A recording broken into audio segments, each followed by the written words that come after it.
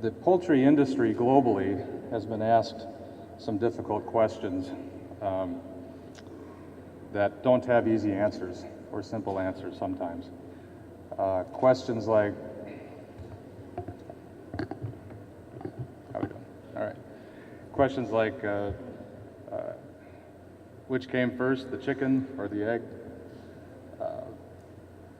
Why did that chicken cross the road? To that I would add, how can modern farming practices, agricultural farming practices, be taken advantage of in order to be better stewards of the environment, and do that in a way that makes more practical sense for the farming operation itself, for agriculture itself? That has not been an easy question, and many people have tried and continue to try, as we do. And I don't think anyone has all the answers, but we've learned a few things I'd like to share with you and see if maybe this might make sense or something like it for your industry. I see a lot of parallels. Our own family is a farming family. We began with a few cows, chickens, pigs, and as in India, of course, over the decades, there's been an agronomic shift of the populace to cities and a concentration of agricultural operations in the United States. So now, of course, we have very large farms that tend to specialize with one, animal operation: cows, chicken only, hog only. And just as here, that provides opportunities for controlling the environment, controlling the opportunities for pathogens to cause problems, but also there causes challenges with regard to nutrient distribution. In the United States, we have areas where nutrients have been concentrated, and we're now looking at more effective ways to reallocate those nutrients while producing beneficial products to society.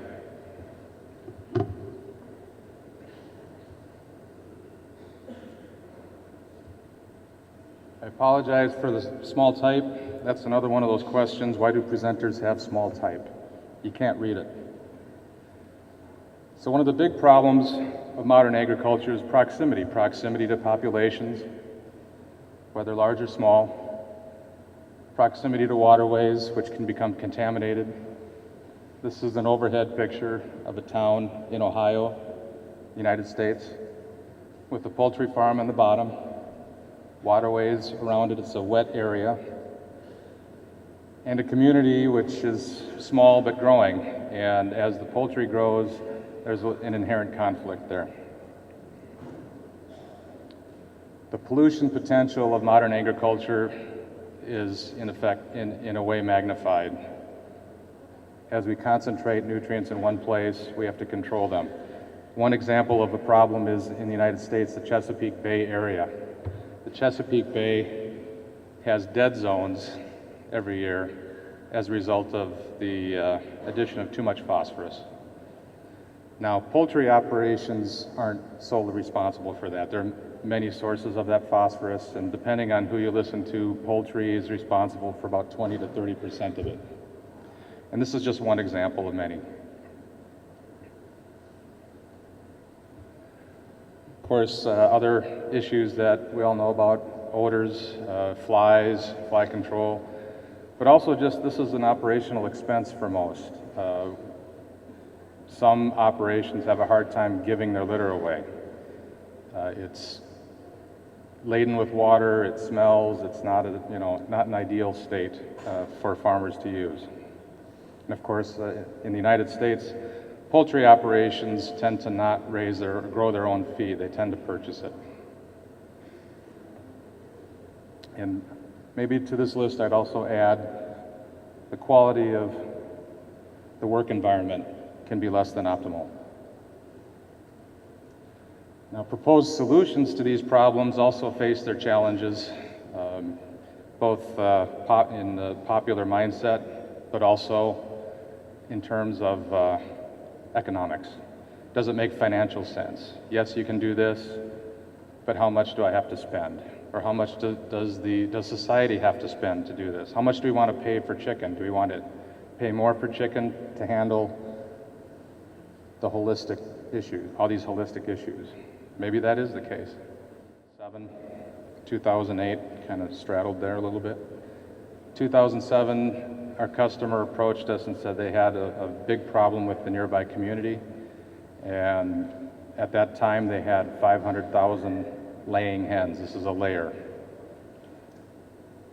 What they were really trying to do is stay in business because their existence was threatened. So we put in a digester solution for them that was incomplete at the time, and we knew it. We knew that they would need dilution water to go into it. We knew that they would have a slurry problem after it. So all the challenges that I described to you doing traditional digestion existed at this site. We had some innovations that made it a little easier, and it worked for them. And it worked quite well for them, and they've since expanded to 1.2 million layers, and now they're expanding to 2 million layers. They would not be able to even be in business anymore in that area were it not for the digester. But is an incomplete solution. What we needed to do is figure out how to get rid of the slurry, how to not have to irrigate all this liquid and still successfully process all this waste.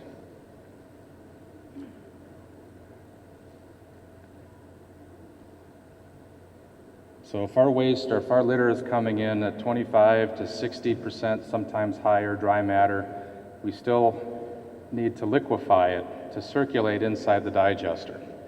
So we do that inside of a reception pit, which gets pumped to the digester. And then after it has been completely digested, we go to a stage which is brand new. We call it nutrient recovery. It really is a two-stage system where we strip the ammonia from the liquid digestate very economically and without using chemical additions or high energy intensive practices such as suction or vacuum or heat, very high applications of heat. So we do it in a very economical way. And then we go to a biosolids separator, which removes the biosolids, the remaining biosolids that have not been broken down by the digester. And the liquid product at that point is so clean, we can recycle that back to the beginning. There's still freshwater inputs. We do lose water out of the system. It's not a closed system, but we can operate it without having to irrigate liquid slurry. We take the biosolids, we dry it, that gets land applied still, but only now we've decreased the total amount of biosolids by roughly 50%. And we've concentrated the nutrients basically 2 times.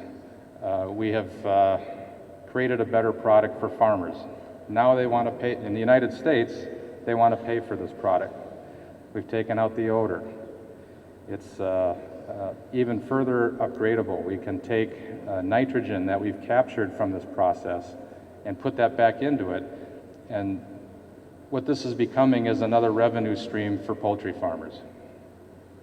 Actually, several revenue streams. Covered that. What I'm describing now is the phase 2 additions to this digester, this nutrient recovery. We co-developed it with the university in the United States, WSU, Washington State University. We are the primary patent holder. And the ammonia that we release from the digested liquid doesn't just go up into the atmosphere, we capture it. We capture it in the form of ammonium sulfate, which its fertilizer value you can see 8009, the 9 is the sulfur. And most of our farmers in the United States need the sulfur, they want the sulfur for their soil. So we're doing 2 things with this. We are creating a revenue stream, an additional revenue stream for the farmer. We're either offsetting their nitrogen expenses or it's a product that they can sell to their feed farmers, their feed growers. Or we are further protecting the environment. We're eliminating those ammonia emissions that would occur naturally and capturing it and reducing the amount of nitrogen that needs to be produced using other means, typically natural gas. That particular ammonia recovery system, we are operating at a profit. So there's not too many treatment systems that operate at a profit, but this is one of them. The method of separation that we're using is dissolved air flotation. It looks like you see in the photo. That is a very simple machine. It does not require an operator. It just uses an organic polymer to gather the solids in the liquid slurry and it enables us to pull them out cost effectively.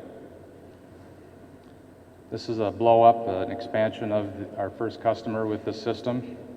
It is not integrated, meaning it's not in one place. All the ones that we've built since at other farms are all integrated. But since this was an existing facility, it's spread out a little bit. The digester you can see on the far right, realistically now, to handle the number of hens that they have, this will need to be expanded. It'll be about twice that size. So what we'll do is mirror the existing footprint over, so it'll be doubled. The nutrient recovery system we already installed to handle their 1.2 million layers, and that's at the top. We like some moisture. We want it fresh, so we don't want it to be 70% or 60% dry matter. Okay. And how much percentage of liter can be used per batch? Because DVO seems to be a batch process. No, it's a continuous, unique, what we call a plugged flow mixed digester. We feed it in batches, multiple times, but all digesters are fed in batches, pretty much. So we want to feed it at least once a day, preferably multiple times a day, just like you and I eat several times a day, but our digestive system is continuous. But this is a mesophilic, so what is the percentage of liter can be used? 100%? Well, we can run our systems both thermophilic and mesophilic. Typically, because of our design, our farmers elect to run them mesophilic because it gives the system added stability. Yes. So we want the waste, ultimately we want the waste, 100% of the waste that the farm generates. So no other material to be mixed? No other material, 100% litter. 100%? Yeah, that is unique in the digester industry. This whole system is very unique in the digester world. Okay. Just one last question. How much water intensive is it? How much water, I'm sorry? Water intensive. It will again depend how much water is consumed by the system. Yeah, per ton of liter, how much water would be used? It will depend on how much water comes with the manure, with the litter. So if the litter is wet, we need less water coming in because water still comes out through evaporation after digestion, through the nutrient recovery system, and water also goes with the solids. So we still have some nominal, but much, much smaller than if we did not recycle the water.